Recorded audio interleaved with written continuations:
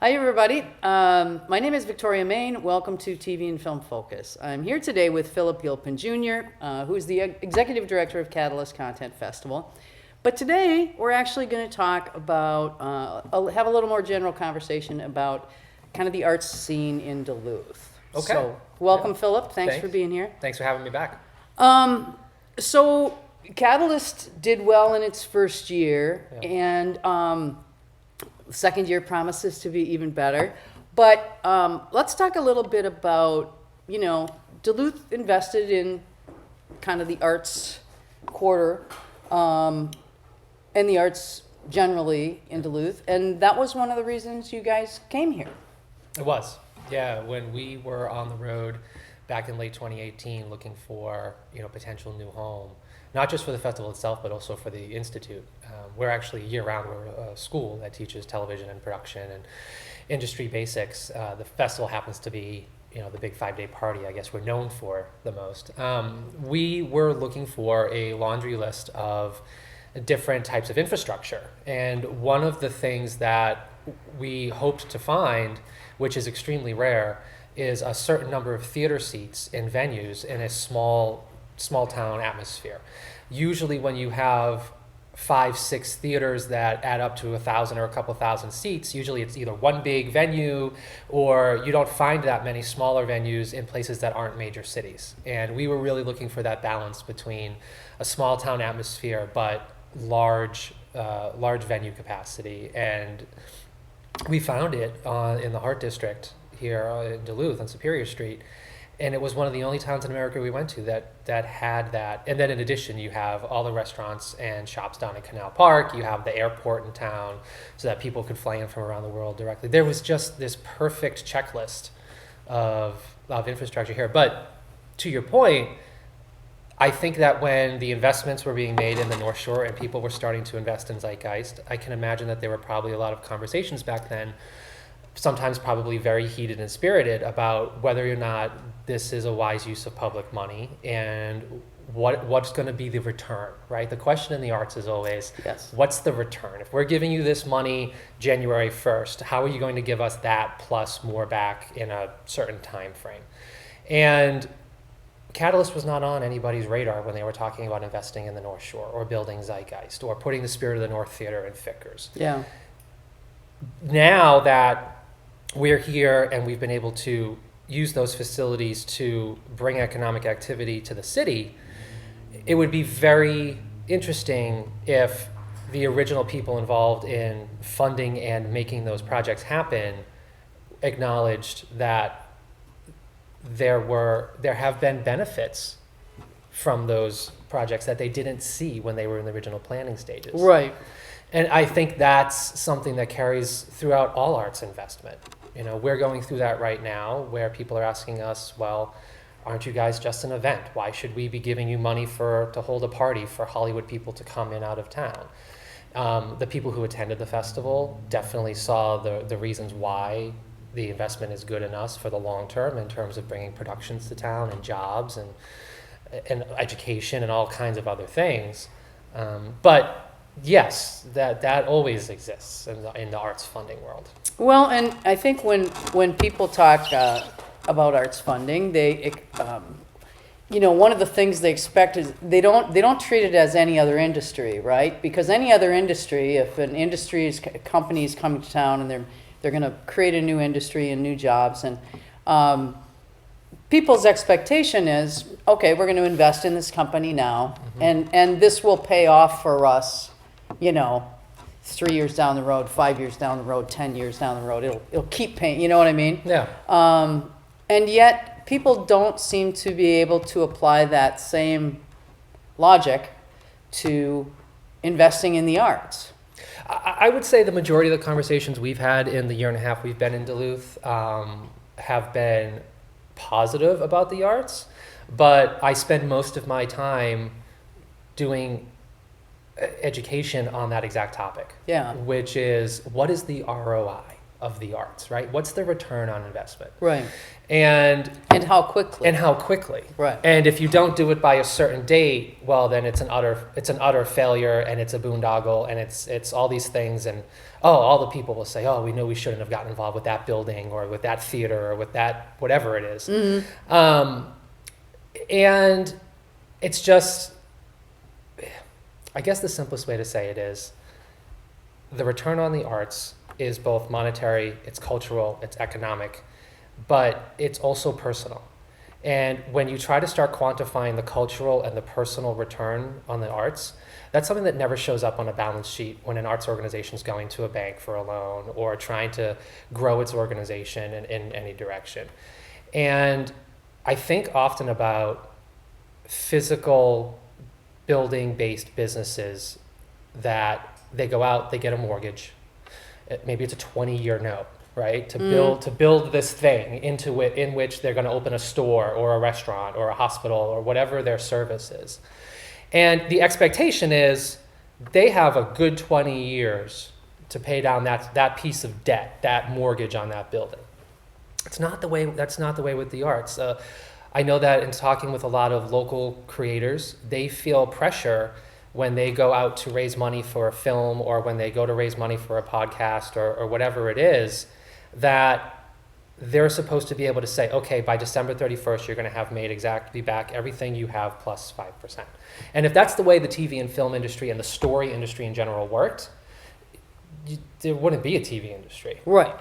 Our industry and the creative industry is a history of people taking big chances. And sometimes they don't work. But when they work, they change lives for generations. And that's the way that the Marvel franchise has been built. That's the way CNN was built when Ted Turner decided to take a chunk of money and go, nope, we're going to be 24/7 cable news. But he had the ability to have all that money there because it was his, so we didn't have to answer anybody. But there was a long-term view there. And I think sometimes the short-sightedness of what is the return on art can sometimes cause a negative cultural effect in a community. Yeah, well, and it's true, and I think people view it differently than they view any other business. Yep. Right? Because any other business, they'll expect that to be a 20-year investment. But I think it also, culturally right now, everybody's worried about money, right? So if you're a creator, the first thing, what people are really looking for from you is, if I give you money to make this film or start your production company or whatever, are you going to, by next year, will I get it, will you have made $1 million? You know what I mean? Yeah. And, investing in the creators here, I've seen evidence that that's already paying off for people. People are already working on projects and, which will generate benefit even if it's not, as fast and as much as people want immediately. And it's one of the unique things about Duluth specifically that I think is right now, I think our biggest opportunity as residents of Duluth is how quickly we want to become known as an arts town and how big we want and how bold we want to be in that decision. Other places have done it well. Small towns that have come online. Look at Austin, Texas. Not that it was a small town like Duluth, but in terms of its art scene, the last few decades have been tremendous. It's a world leader now. Look at Albuquerque, New Mexico, with what they've done with the film industry. You can start to pick out these small to medium-sized cities that at some point in the last couple of decades weren't known as arts and culture centers primarily, that now are internationally known as that. Duluth has that opportunity, and it's not an opportunity that exists in a lot of places. We know, we looked, and if our fellow neighbors here in Duluth think that, any town can be an arts town, anybody could do that. We that's not an industry we're interested in. No, not any town can do that. You have to have a specific set of infrastructure that makes it possible, and Duluth has it. So I think that's where sometimes part of my frustration comes in, is just because of the nature, I've been doing this for almost 20 years, my vision of just having storytellers and artists be able to be funded magically at all times, so they can tell all their stories and they don't have to try to focus by making, getting by with working 3 other jobs or anything. Yeah. When I wake up in the morning and it hasn't happened yet, I'm like, oh no, really? From your mouth to God's Frustrated. ear. Here we go. Gotta keep the fight going. I just don't want to see an opportunity in Duluth get missed. I'm not talking about us. I'm talking about things like I know that there are a lot of filmmakers in Duluth right now who are going around town asking for money to fund their projects. Yep. And one of the great ironies I find in that is the economy is, quote unquote, the best it's ever been. The stock market's at an all-time high. And the theory goes that the philanthropists who fund the arts, the majority of their passive and disposable income that they would give to artists comes from stock market-based increases or some type of passive investment that they have. Well, the Dow's at almost 30,000, and artists in Duluth are still running around struggling to find $500 here, $5,000 there. Yeah. There's a world-class group of artists that take up the stage at Zeitgeist from time to time who should be one of Duluth's claims to fame worldwide right now, and they're doing the same thing. So if it's not going to be the big economy and the big stock market prices that suddenly magically open the spigot for artists in town, that leaves the question of what's it going to take. And I think that's a fascinating question that you're seeing enter the public debate. And at one level, I find that really encouraging, because no change ever comes to an issue if you don't talk about it. Right. So it's exciting to see people talking about it. At the same time, the discouraging part is the way that we communicate sometimes in the 21st century. And this incessant nature of everything that's remotely attached to a public dollar has to instantly be scrutinized to the point where maybe it prohibits it from growing, or maybe it actually discourages the artist from doing that project because the heat's just too much online. I think that there has to be a sense of social responsibility around the way that we approach people who are waking up in the morning and they have the sole desire of making our lives better through art. Those aren't the people you should be attacking. Yeah. The people you should be supporting. Yeah.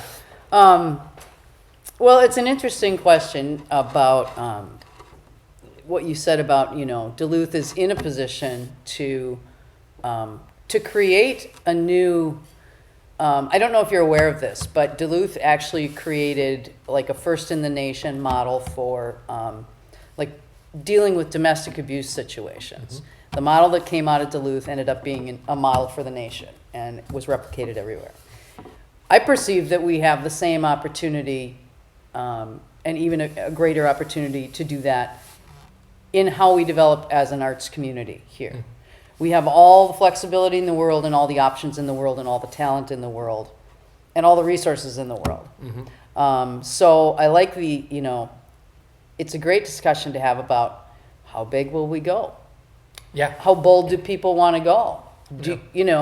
Because people can decide. Well, and in 2016, I think it was, Duluth commissioned a cultural arts plan.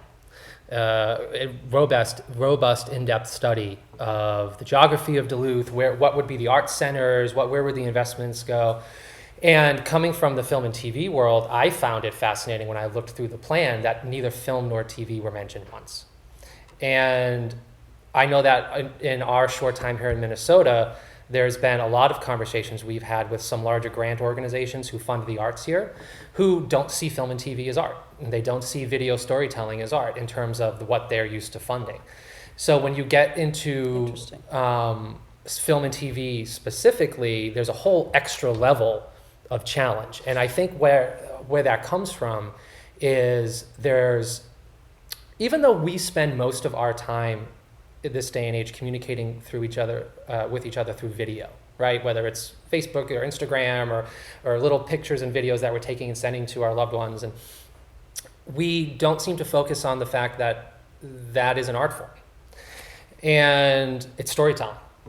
And the disconnect in my mind, I think, of what I've seen happen out there is people aren't connecting the bridge between film and TV writers and creators and jobs, education, economic development, community empowerment, all of these things. They're just look at it as big Hollywood. And they just know that they don't want to give money to big Hollywood.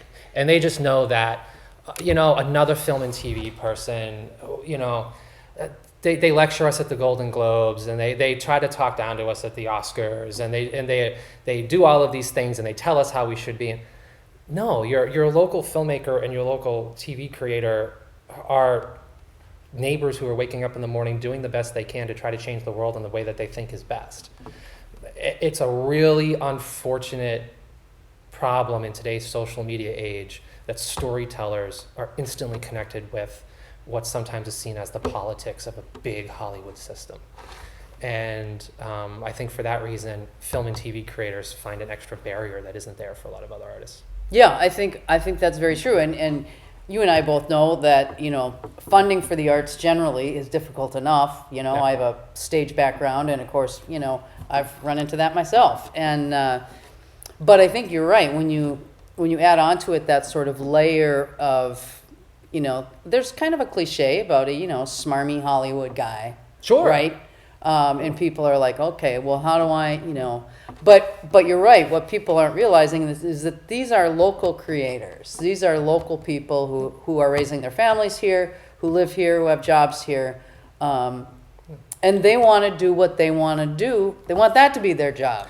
And it's not to say that there aren't those people who are exactly living embodiments of that industry. Creepy Hollywood dude. Yeah, I mean, there are creepy Hollywood it dudes. exists. Yeah. And Hollywood's facing it full on, and it is trying to work through its process. It's a topic of conversation that pops up in my work every day.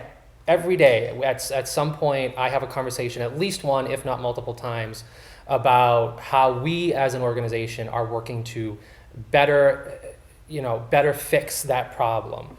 And it's something that we're really proud to focus on. And that's why I think of us as just a hometown organization. Our industry happens to be one that's tied to the global media industry. But when you focus on local creators and you focus on what they're trying to do, and you get to know them individually, and you get to know why they're telling their stories, and you get to know what they go through to try to tell their stories, all of those big myths that are out there, they kind of start to melt away once you personalize it. It's very much the case of literary treasure, To Kill a Mockingbird. There, that scene when Atticus Finch is facing the mob, and he starts talking to people individually by their name, and suddenly the mob dissolves because he's talking to them, and their name, them themselves are being right, and they know out, him, and they know him. Right. I think that's really the important part about what we want to focus on in 2020 in Duluth, is not just for people to get to know us, but I was just down at the West Theater yesterday talking with Bob Boone, and Robert Watkins was helping us set up an event that we're going to be having there soon. The purpose of the event is to bring Duluth artists together, but also with the philanthropists and also with the arts funders, because that's a model I've seen work really well in New York. There's a theater club in New York where they have this clubhouse, and that's the purpose of the clubhouse, is very simply to get people who like to invest in the arts in the same tavern having drinks with the artists. And it's how some Broadway plays get funded. I think Duluth could really be at a very exciting crossroads if we can start to merge the people that are making the art with the people that can fund the art. Yeah. And that's the type of explosion that could put Duluth on the map internationally very quickly as a home for the arts. Because this question of and frustration of artists and funding is not unique here. It's global. No. Yeah. But if Duluth was to be a beacon of hope, really truly be a shining city on a hill that says, welcome artists, we are here to support you, not just through great things like infrastructure, but with funding. I think it's the quickest way to an economic expansion in Duluth of any industry that I can see. Medical and mining and all these other industries, tourism, they are long-term permanent anchors of culture and society here. the arts seems to be the thing to me that is the most untapped, that can have the quickest reward and really catch up and become one of those major industries. Well, I agree. And I do think, it's an interesting point you make about, the quest for funding for the arts, and how, you're right. I mean, video is, so much of our lives revolve around video now, and video, that form of communication. And it really, if you're working with people who are in Duluth and people come from all over to do that work here, Duluthians will tell the story of Duluth, and the people from other places will tell the stories of those other places.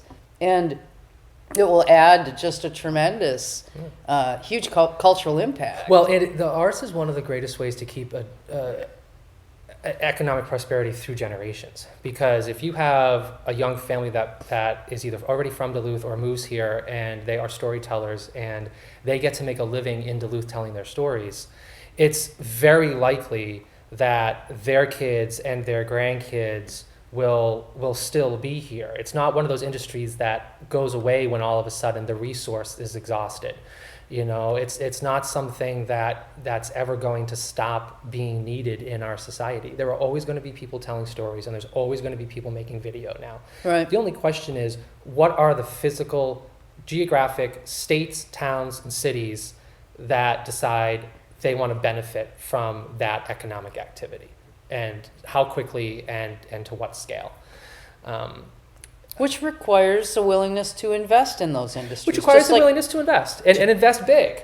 And when you invest big in our industry, you're going to have some misses, and there are going to be bad projects, and there are going to be good projects, and that's the way studios work. They invest in a slate of projects, and the really, really good ones and their successes and their profits pay for all the ones that were bombs and didn't work. Not every investment's going to be perfect, and I think that leads to one of the points that we're going to be making, incessantly throughout this year in all of our public meetings, is we need, from our TV and Catalyst perspective, we need Duluth's reputation within our TV industry to be one that is friendly and open. And right now it is, because a lot of people in the TV world were just in Duluth for the first time ever last October. Those people who are in the TV industry that have been here before have a good feeling, and they love Duluth. And there was that recent piece about Jessica Lange. Yep. Melanie Marnich, who works at Amazon Studios, is from here. Maria Bamford. I mean, all these people who love, everybody has this great vision and view of Duluth. I want to make sure that is enhanced, doesn't stall. Right. And our industry is very word of mouth. It's very reputation based. And if producers come here, whether they were here first through Catalyst or not, to shoot their next project, and they have a good experience, I mean, hang on, because the gates will open, and there will be producer after producer after producer rolling in, spending their money, hiring local people, potentially opening up studios down the road. But that's if the reputation is positive. And the fickle nature of our industry in the TV side is, as soon as something has a negative reputation, it's game over. Yep. And it ends very quickly. And there aren't a lot of second chances. And you can't take 10 years to build it. It's not a slow burn industry where you grow 5% a year. That's not exciting in our world. So, big risk, big reward. But when the risk is, let's just be nice and open and welcoming to people, that's a pretty easy risk to take. Right. Well, and, it's interesting you talk about, like, eventually studios opening down the road and things like that. It would be great to see all of that happen, and if we can kind of keep the doors open and get people to come here, and if we're open to the stories being told and the people coming to tell them, there's, we could be a big deal. A big deal, and a lot of the infrastructure is already here. You have your studio. There's WDSE, it does an amazing job. You've got all the local network stations that have their studios in town. You've got St. Scholastica and UMD and LSC that all have some type of either studio or theater space, or some type of artistic programming, educational tracks. I mean, the kernels of what are needed are already here. And I think that's why we picked here, was because when we came in and blew in off the lake a year and a half ago, all we saw was Duluth's potential. And getting to know that we were right about that has been very exciting. And I think the frustrating part is, of course, like I said before, I want it to happen tomorrow. I wanted it to happen yesterday. I wanted Duluth to be the international known place for independent television, months ago. Yeah. And I'm always going to have that passion and energy to try to push that forward and have that approach of, why aren't you doing it right now? Yeah. Like, let's go. Why aren't you shooting in Duluth? Why, in Duluth, Hey, why aren't that's a you shirt. opening it up? Hey, why aren't you shooting in Duluth? Discovered in Duluth. That was one of our hashtags at the festival. So it's exciting, but it's an opportunity that is going to be required to be taken up by our fellow local residents. It's our industry is too big to do it, kind of come in over the top on its own without affecting Duluth's culture. So Duluth is going to have to want to embrace film and TV, and I think it does. Every conversation, the majority of the conversations I've had have been very positive about film and TV being here and what it can mean for the future of the town. There's kind of a crossroads happening where the TV and film industry are figuring out how to enter this new digital age. And one of the things that they're kind of missing is that small hometown where independent artists are known to go and be cultivated and to be grown. In the late 70s, early 80s, that was Park City in Utah that came online, and obviously, that became the anchor of what is Sundance, and there are a couple of the places around the world that are like that. But I think to have Duluth step up and be the home of the digital age creators, it's a fascinating opportunity that's too good to pass up. Well, and the potential is just limitless. Yeah. I really hope that and I know from the creator side, a lot of people I talk to are super excited because they feel like there's it's just becoming it's in everyone's consciousness. Yeah. And that's Catalyst really sort of brought it to the and your continuing program with the educational side Yeah. that you'll keep going all year long, Yeah. writers workshops and creators workshops and producers and teaching those skills that people need. I think I know on the creative side people are very excited. Yeah, so. it was very exciting. And thank you to everybody and all the supporters and everybody who made that happen last year. It was just our first year. I'm glad we were able to have a positive economic impact. I'm glad we were able to show people that our existing Catalyst community from around the world will show up to Duluth. Right. And the response from them in the post-festival survey and talking with everybody has been how nice everybody is. And it really didn't even care that much about the street, and they found the snow to be charming. And but everybody just keeps going back to how nice everybody is and how it would be a dream to live in a place like this where they could be creators every day. Yeah. So as long as the creators are out there waking up, fighting to put their voices out there and be heard, we're going to be here fighting on their behalf to make Duluth a place that they can come and live and do that for their careers. And hopefully it's going to be a good ride. Well, I couldn't have done a better wrap up than that. So that was perfect. Well, thank you, Philip. Thanks for being here again. I know we'll see you again before the festival in October. We'll talk more as we get closer. Yep. Right. But thanks for being here today. Thanks for the time. And the good conversation about the arts. Yeah. We'll see you next time.